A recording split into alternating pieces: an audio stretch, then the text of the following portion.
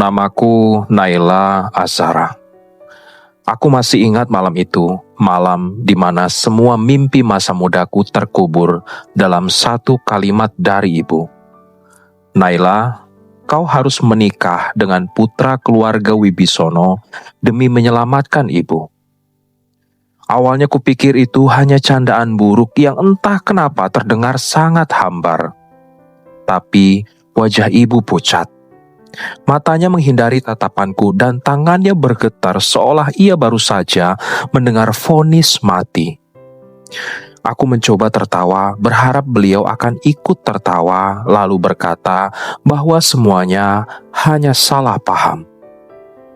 Tapi ibu tetap diam, bibirnya kaku, seperti tak mampu mengeluarkan kata apapun lagi. Jantungku mulai berdetak cepat. Ibu, apa maksudnya? Kenapa aku harus aku? Dan kenapa keluarga Wibisono? Pertanyaan itu keluar begitu saja. Tapi aku tahu jawabannya tidak akan sesederhana yang kuharapkan. Beberapa detik kemudian, ibu menarik nafas panjang lalu mulai bercerita. Aku baru tahu bahwa ibu telah membuat kesalahan fatal yang tak pernah sekalipun beliau ceritakan sebelumnya. Beliau terlilit utang besar kepada seseorang yang tak mungkin kami lawan. Tapi itu belum separuhnya.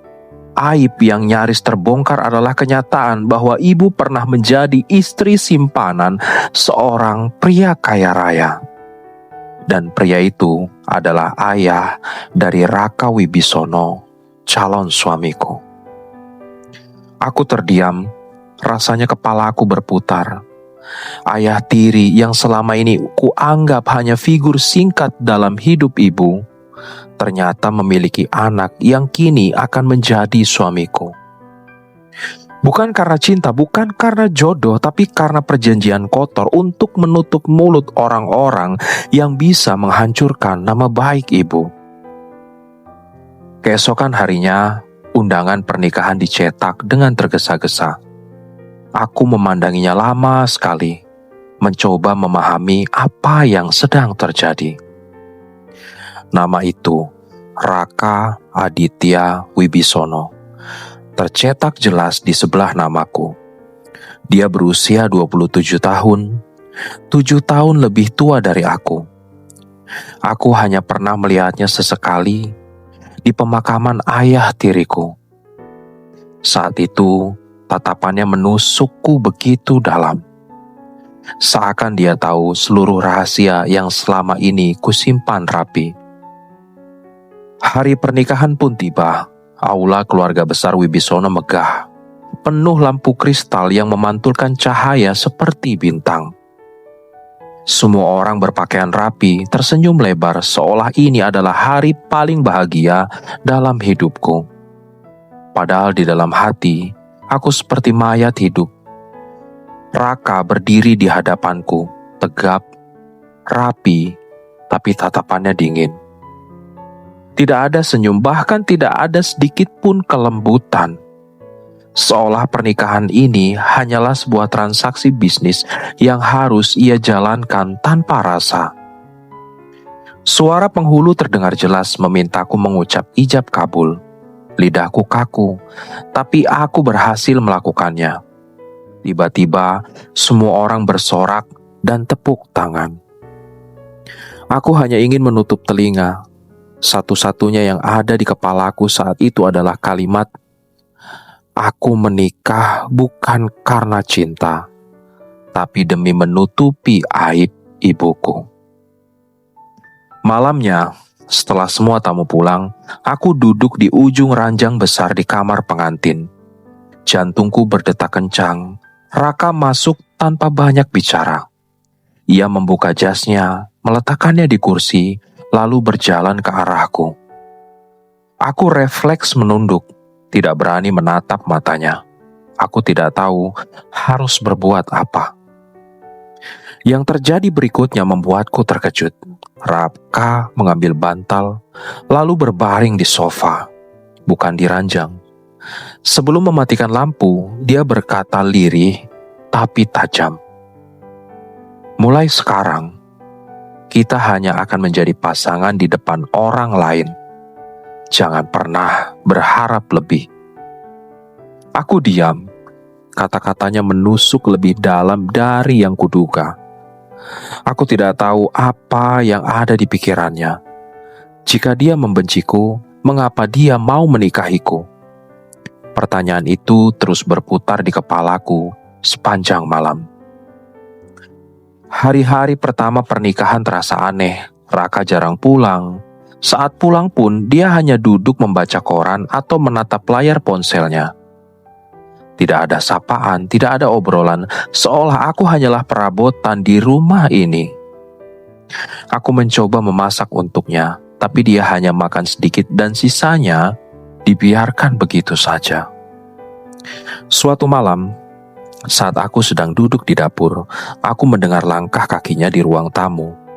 Aku bergegas keluar berharap dia mau makan malam bersama. Tapi sebelum aku sempat bicara, suara teleponnya terdengar jelas. Aku tidak bermaksud menguping, tapi aku terpaku saat mendengar kalimatnya. Tenang, aku menikah dengannya bukan karena cinta. Ini hanya demi membalas dendamku pada ibunya. Kakiku terasa lemas, piring yang kupegang nyaris jatuh. Aku menutup mulut dengan tangan agar isaku tidak terdengar. Jadi, bukan hanya aku yang punya alasan menikah. Dia juga punya luka lama yang melibatkan ibu. Aku mundur pelan-pelan, kembali ke kamar, mencoba menenangkan nafas yang tersengal. Malam itu aku tidak bisa tidur. Di antara rasa sakit dan marah, ada juga rasa penasaran. Apa yang sebenarnya terjadi di masa lalu antara Raka dan ibu? Kenapa dia begitu membenciku? Padahal kami bahkan nyaris tidak pernah bertemu sebelumnya. Keesokan paginya, aku memberanikan diri bertanya saat sarapan. Raka, semalam aku dengar kau bilang kalau pernikahan ini untuk membalas dendam pada ibu. Sebenarnya, apa yang pernah beliau lakukan padamu? Dia menatapku lama, lalu tersenyum tipis, senyum yang sama sekali tidak hangat. Ibumu pernah menghancurkan keluargaku, Naila.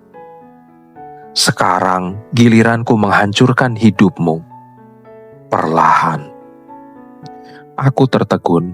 Kata-katanya dingin, tapi ada sesuatu di matanya yang seperti menahan emosi lainnya. Entah marah, entah sedih, tapi aku tahu satu hal.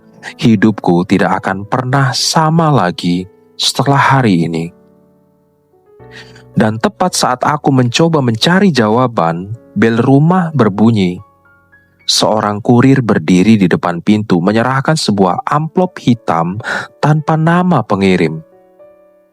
Aku membukanya dan menemukan sebuah foto. Foto itu menunjukkan Raka bersama seorang wanita muda yang sedang hamil, tampak begitu dekat. Tanganku bergetar. Di sudut foto itu ada tulisan tangan yang samar. Kau tidak akan pernah benar-benar memilikinya. Aku membeku. Jantungku seperti berhenti berdetak. Aku tidak tahu siapa wanita itu, tapi aku yakin ini hanyalah awal dari badai yang lebih besar. Hari-hari setelah pernikahan bagai hidup dengan orang asing. Rumah ini memang besar dan mewah, tapi terasa dingin. Seolah dinding-dindingnya menyimpan rahasia yang tidak ingin kupecahkan. Raka jarang pulang, dan kalaupun pulang, ia hanya duduk di ruang tamu, membaca koran atau menatap ponselnya lama sekali. Tidak ada percakapan, tidak ada senyum, bahkan kadang aku merasa kehadiranku sama sekali tidak berarti. Setiap malam aku tidur di ranjang besar seorang diri, sementara dia memilih sofa atau kamar tamu. Di awal, aku pikir mungkin dia hanya butuh waktu untuk menerima pernikahan ini. Tapi semakin lama aku mulai bertanya-tanya, apakah dia mencintai orang lain? Ataukah dia memang menikahiku hanya untuk sebuah tujuan yang belum pernah dia ungkapkan? Pertanyaan itu terjawab di suatu malam yang tak akan pernah kulupakan. Aku sedang menuang air di dapur ketika mendengar suara langkahnya di ruang tamu. Aku berniat menyapanya, tapi langkahku terhenti saat suara ponselnya terdengar jelas. Nada bicaranya dingin, datar, tapi penuh penekanan. Tenang, aku menikah dengannya bukan karena cinta. Ini hanya demi membalas dendamku pada ibunya. Kalimat itu menghantamku seperti petir. Kakiku gemetar, tanganku yang memegang gelas bergetar hingga airnya tumpah. Aku menutup mulut rapat-rapat agar isakku tidak terdengar. Ternyata bukan hanya aku yang menikah karena terpaksa. Dia juga punya luka lama. Luka yang entah seperti apa dalamnya, sampai-sampai ia rela menikah hanya untuk membalas dendam. Malam itu aku kembali ke kamar dengan hati yang remuk. Aku mencoba tidur, tapi kalimatnya terus terngiang. Apa yang sebenarnya ibu pernah lakukan padanya?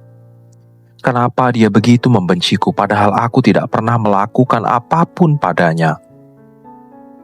Keesokan paginya saat sarapan aku memberanikan diri bertanya, "Raka, semalam aku dengar kau bicara di telepon. Apa benar kau menikah denganku hanya untuk membalas dendam pada ibu? Kenapa?" Dia menatapku lama, matanya seolah berusaha membaca isi kepalaku. Lalu ia tersenyum tipis, senyum yang membuat semakin sulit bernafas. "Ibumu pernah menghancurkan keluargaku, Naila. Sekarang giliranku menghancurkan hidupmu perlahan." Kata-katanya menusuk, tapi ada sesuatu di matanya yang ganjil. Aku melihat sekilas kilatan emosi yang bukan hanya marah, ada sedih di sana, atau mungkin kecewa. Aku tidak sempat memikirkannya lebih jauh karena dia langsung bangkit dan pergi meninggalkan meja makan. Meninggalkanku sendirian dengan segudang tanya. Yang membuatku semakin bingung, di tengah semua kata-kata dingin itu, dia justru mulai melakukan hal-hal yang berlawanan. Saat salah satu saudara jauhnya merendahkanku di acara keluarga, dia berdiri di sampingku, menatap tajam orang itu, dan berkata tegas, "Jangan pernah berbicara seperti itu pada istriku." Aku kaget, bahkan tidak sempat bereaksi. Dalam perjalanan pulang, dia tidak membahasnya sama sekali, seolah kejadian itu tidak pernah ada. Beberapa minggu kemudian aku baru tahu bahwa semua utang ibu sudah dilunasi. Aku mendengarnya dari ibu sendiri, yang menelpon sambil terisak bahagia. "Naila, ada orang yang membayar semua utang ibu. Ibu tidak tahu siapa, tapi sepertinya suamimu." Saat kutanyakan pada Raka, dia hanya mengangkat bahu dan berkata, "Jangan terlalu banyak bertanya, Naila." Sikapnya benar-benar membuatku bingung. Dia berkata ingin menghancurkan hidupku, tapi di sisi lain, dia melindungiku dan menolong keluargaku. Ada bagian dari diriku yang mulai melihat sisi lain dari Raka. Sisi yang tidak ingin dia tunjukkan pada siapapun. Sampai pada suatu sore, bel rumah berbunyi. Seorang kurir berdiri di depan pintu, menyerahkan sebuah amplop hitam, tidak ada nama pengirim. Aku membukanya di ruang tamu dan hampir menjatuhkan isinya saat melihat apa yang ada di dalam. Foto-foto, bukan sembarang foto. Foto Raka bersama seorang wanita muda yang sedang hamil. Mereka terlihat sangat akrab. Ada satu foto di mana tangan Raka menyentuh perut wanita itu dengan ekspresi yang hangat. Di sudut salah satu foto ada tulisan tangan yang samar. "Kau tidak akan pernah benar-benar memilikinya." Aku memandangi foto-foto itu dengan tangan bergetar. Siapa wanita itu? Apakah dia kekasih Raka sebelum menikah denganku? Ataukah dia istri yang sebenarnya? Aku menatap ke arah pintu seakan berharap Raka akan pulang saat itu juga agar aku bisa menanyakannya. Tapi rumah tetap sepi. Menunggu malam terasa seperti siksaan. Begitu Raka pulang, aku langsung menunjukkan foto-foto itu. "Siapa dia?" tanyaku. Suaraku bergetar. Raka memandangi foto-foto itu. Sebentar, lalu menatapku tanpa ekspresi. Itu masa laluku, yang seharusnya sudah mati. Aku terperanjat. "Mati? Maksudmu?" Tapi dia tidak menjawab. Dia hanya mengambil foto-foto itu dari tanganku, meremasnya, lalu membuangnya ke tong sampah. "Jangan pernah mencari tahu tentang dia, Naila. Demi kebaikanmu sendiri." Malam itu aku tidak bisa tidur. Kata-kata yang seharusnya sudah mati berputar-putar di kepalaku. Siapa wanita itu? Mengapa Raka begitu ingin menghapus keberadaannya? Dan yang paling menakutkan, apa hubungannya dengan rahasia besar yang mengikat pernikahan kami? Saat aku mulai terlelap menjelang subuh, aku mendengar suara lirih dari ruang kerja Raka. Aku berjalan pelan ke sana dan mengintip dari celah pintu yang sedikit terbuka. Dia sedang berbicara di telepon, suaranya rendah tapi penuh ancaman. "Jangan pernah dekati istriku lagi. Kalau tidak, aku sendiri yang akan mengubur semua rahasiamu." Hatiku berdegup kencang. Aku mundur perlahan, takut ketahuan. Saat kembali ke kamar, satu hal yang ku tahu pasti.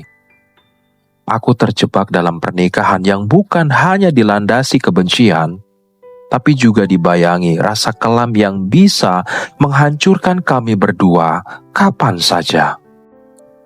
Aku menatap foto-foto itu semalaman. Foto Raka bersama wanita hamil itu seperti menempel di kepalaku. Tidak mau pergi. Siapa sebenarnya dia? Mengapa terlihat begitu dekat dengan Raka? Di salah satu foto, tangan Raka menyentuh perut wanita itu dengan senyum yang tidak pernah kulihat darinya selama kami menikah. Senyum hangat yang membuat hatiku berdesir, bukan karena bahagia, tapi karena perasaan tertusuk yang begitu dalam. Saat aku memberanikan diri bertanya, dia tidak menyangkal tapi juga tidak memberikan penjelasan. Dia hanya duduk di kursinya memandangku lama lalu berkata pelan, "Itu masa laluku, yang seharusnya sudah mati." Kata-kata itu membuat bulu kuduku meremang. Mati? Maksudnya apa? Siapa yang mati? Pertanyaan itu terus bergema di kepalaku sepanjang malam.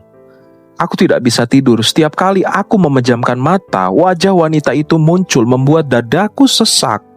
Aku mencoba menebak-nebak, apakah dia mantan kekasih Raka? Apakah dia ibu dari anaknya? Atau lebih buruk, apakah dia masih mencintai wanita itu? Menjelang tengah malam, aku mendengar suara dari ruang kerja Raka. Lampu di bawah pintu terlihat menyala. Aku berjalan pelan, berusaha tidak menimbulkan suara. Dari balik celah pintu yang sedikit terbuka, aku melihat Raka duduk di meja kerjanya, memegang ponsel di telinga. Nada suaranya tegas, dingin, penuh ancaman. "Jangan pernah dekati istriku lagi. Kalau tidak, aku sendiri yang akan mengubur semua rahasiamu." Tubuhku menegang. Rahasia? Wanita hamil itu? Apa yang sebenarnya mereka sembunyikan? Aku menutup mulut dengan tangan, takut mengeluarkan suara.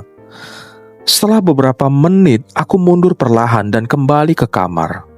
Malam itu, aku hanya berbaring, menatap langit-langit sambil mencoba memahami hubungan aneh antara Raka wanita itu, dan diriku. Kebingungan itu semakin dalam ketika beberapa hari kemudian saat membersihkan ruang kerjanya, aku menemukan sebuah kotak kayu di sudut lemari. Kotaknya tampak tua, terkunci, tapi kuncinya tergeletak di bawah tumpukan buku. Aku membuka kotak itu perlahan dan di dalamnya ada beberapa benda yang membuat nafasku tercekat. Ada foto Raka kecil, sekitar usia 5 tahun. Bersama seorang wanita yang jelas bukan ibunya. Wanita itu tersenyum lebar, memeluk Raka dengan penuh kasih sayang. Aku membalik foto itu dan di belakangnya ada tulisan tangan. Untuk anakku yang tak pernah kuakui. Tanganku bergetar. Dunia serasa berhenti. Tulisan itu, foto itu, dan ingatan tentang pernikahan ini mulai tersambung satu sama lain. Raka adalah anak dari hubungan gelap ayah tiriku dengan wanita lain. Itu artinya aku menikahi kakak tiriku sendiri. Lututku lemas, aku terduduk di lantai memeluk kotak kayu itu. Semua hal yang selama ini tidak masuk akal tiba-tiba menjadi jelas. Mengapa Raka dingin padaku? Mengapa ia seolah membenciku tapi sekaligus melindungiku? Mengapa ia menikahiku bukan karena cinta tapi karena dendam? Aku menutup mata, mencoba mengatur nafas. Dalam kepalaku, kenangan masa kecil mulai muncul, kenangan yang sebelumnya tidak pernah kuanggap penting. Saat aku berusia 8 tahun, ibu pernah membawaku ke sebuah rumah besar di pinggiran kota. Di sana aku bertemu dengan seorang anak laki-laki yang usianya sedikit lebih tua dariku. Kami bermain sebentar, tapi ibu menarikku pulang terburu-buru. Aku tidak pernah tahu siapa anak itu. Sekarang aku sadar, itu adalah Raka. Malamnya, aku tidak bisa menahan diri lagi. Saat Raka pulang, aku langsung berdiri di depannya. "Kita saudara tiri, kan?"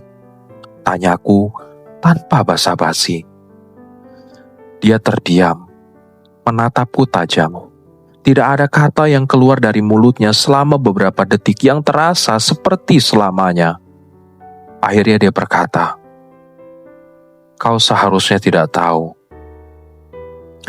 Aku merasa darahku mendidih. "Kenapa kau tidak bilang dari awal? Kenapa kau menikahiku kalau tahu kita sedarah?"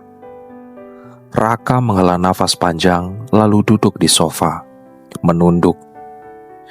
"Karena aku ingin ibumu merasakan apa yang dulu keluargaku rasakan.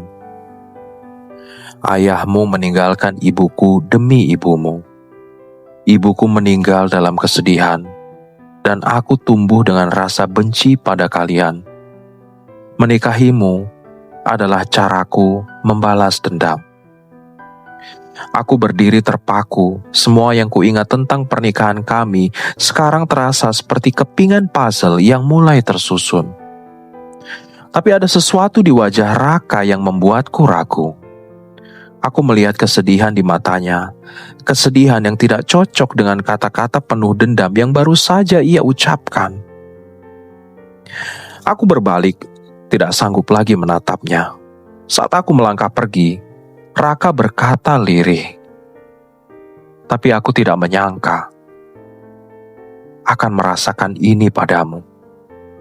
Aku tidak menoleh, tapi kata-kata itu menghantui pikiranku sepanjang malam. Apa yang dia rasakan? Apakah itu cinta? Atau hanya kebingungan karena dendam yang mulai goyah? Namun, sebelum aku bisa memikirkan jawabannya, ponselku bergetar. Pesan masuk dari nomor tak dikenal. "Kau tidak tahu siapa yang sebenarnya kau nikahi. Jangan percaya padanya."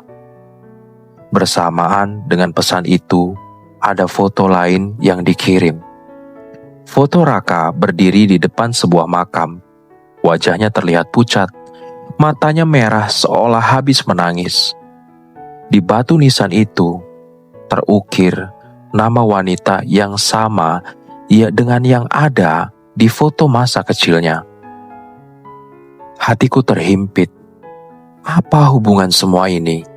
Dan jika wanita itu sudah meninggal, siapa wanita hamil yang ada di foto-foto sebelumnya?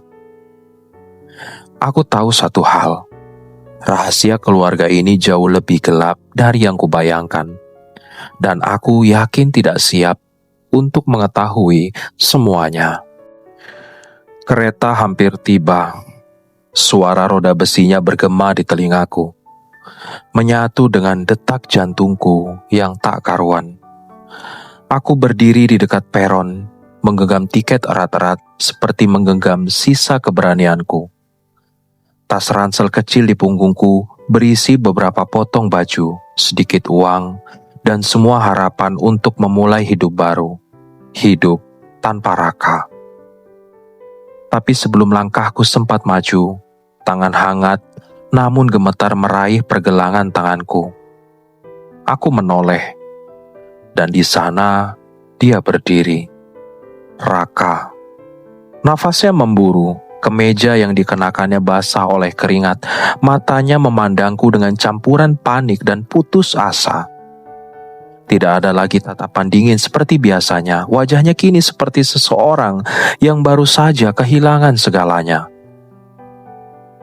Kau pikir aku tidak ingin melepaskanmu? Suaranya serak, hampir patah. Aku tahu kita tak seharusnya bersama. Tapi aku tidak bisa. Aku sudah terlalu jatuh, Naila. Kata-katanya menamparku lebih keras dari pukulan apapun.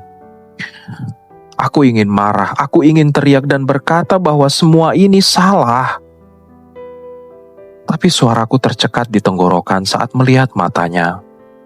Mata yang penuh rasa sakit dan ketulusan yang anehnya baru sekarang kutemukan.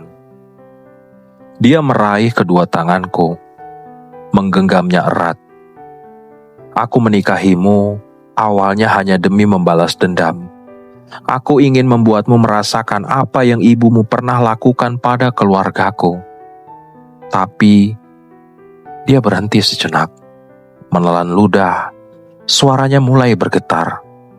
Perlahan, aku mulai melihatmu bukan sebagai wanita dan putri dari musuhku, tapi sebagai wanita yang aku cintai. Tubuhku terasa lemas, hatiku berperang antara percaya dan tidak.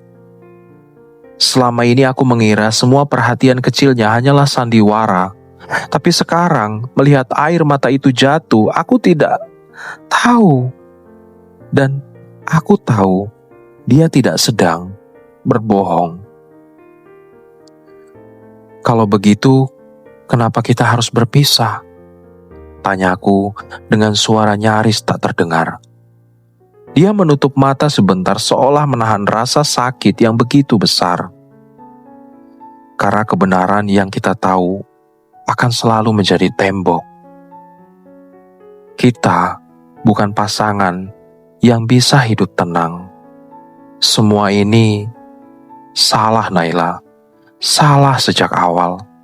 Suaranya pecah. Tangannya menggenggamku lebih erat seakan tak ingin melepaskan. Tapi bagaimana aku bisa membiarkanmu pergi? Ketika setiap napas yang kuambil sudah terbiasa dengan keberadaanmu. Aku tak tahan lagi, air mataku pecah begitu saja. Aku memeluknya, kali ini tanpa memikirkan semua rahasia, dendam, dan luka yang ada di antara kami. Aku hanya ingin merasakan dadanya yang hangat untuk terakhir kalinya. Kalau memang kita harus berpisah, kataku di sela isak, aku ingin kita melakukannya. Bukan karena saling membenci, tapi karena kita terlalu mencintai. Dan tahu bahwa ini tak bisa dilanjutkan. Dia mengangguk pelan. Wajahnya menempel di rambutku, menarik nafas panjang seperti ingin menghafal aroma tubuhku. Hari terakhir kami di rumah itu terasa seperti mimpi yang pahit. Tidak ada pertengkaran, tidak ada kata-kata kasar. Justru kami banyak diam saling memandangi, seolah takut lupa bagaimana rupa masing-masing. Sore itu, sebelum aku benar-benar pergi, dia memelukku lama sekali. Pelukan itu bukan hanya erat, tapi juga penuh putus asa. Di telingaku, dia berbisik dengan suara nyaris patah. Di kehidupan lain, aku akan menikahimu lagi, tanpa rahasia, tanpa aib. Kalimat itu menusukku lebih dalam daripada pengakuan cintanya. Aku menarik diri perlahan, menatapnya untuk terakhir kalinya. Dia mencoba tersenyum, tapi matanya merah dan basah. Aku melangkah pergi tanpa menoleh lagi, karena aku tahu, jika aku melihatnya sekali saja, aku tak akan sanggup meninggalkannya. Hari-hari setelah itu berjalan seperti kabur dalam kabut. Aku memulai hidup baru di kota lain, mencoba menghapus semua kenangan. Tapi setiap kali aku melihat ke langit senja, aku selalu teringat bagaimana tatapan Raka di stasiun hari itu. Tatapan seorang yang mencintai, tapi harus melepaskan. Luka ini tidak pernah benar-benar sembuh. Namun anehnya, aku tidak pernah menyesal mencintainya. Karena kini aku mengerti, ada cinta yang justru paling indah saat kita tak bisa bersama dan tak bisa saling memiliki. Dan setiap kali aku menutup mata di malam yang sunyi, aku selalu membayangkan, mungkin di kehidupan lain, kami benar-benar akan bersama, tanpa rahasia, tanpa aib, hanya cinta yang utuh. Oke guys, terima kasih sudah menonton ceritanya sampai habis. Semoga kalian semua terhibur. Gimana menurut kalian kisah cinta antara Raka dan Naila? Apakah seharusnya mereka melanjutkan? Tapi tidak mungkin karena intinya mereka satu darah dengan ayah yang sama, walaupun berbeda ibu. Tolong tulis jawaban kalian di kolom komentar. Dan jangan lupa jika kalian tidak ingin ketinggalan update cerita selanjutnya dari channel Cinta Tanpa Izin, jangan lupa subscribe, klik like, dan kalau perlu sharekan juga ke teman-teman kalian. Sampai jumpa di video selanjutnya dan bye-bye.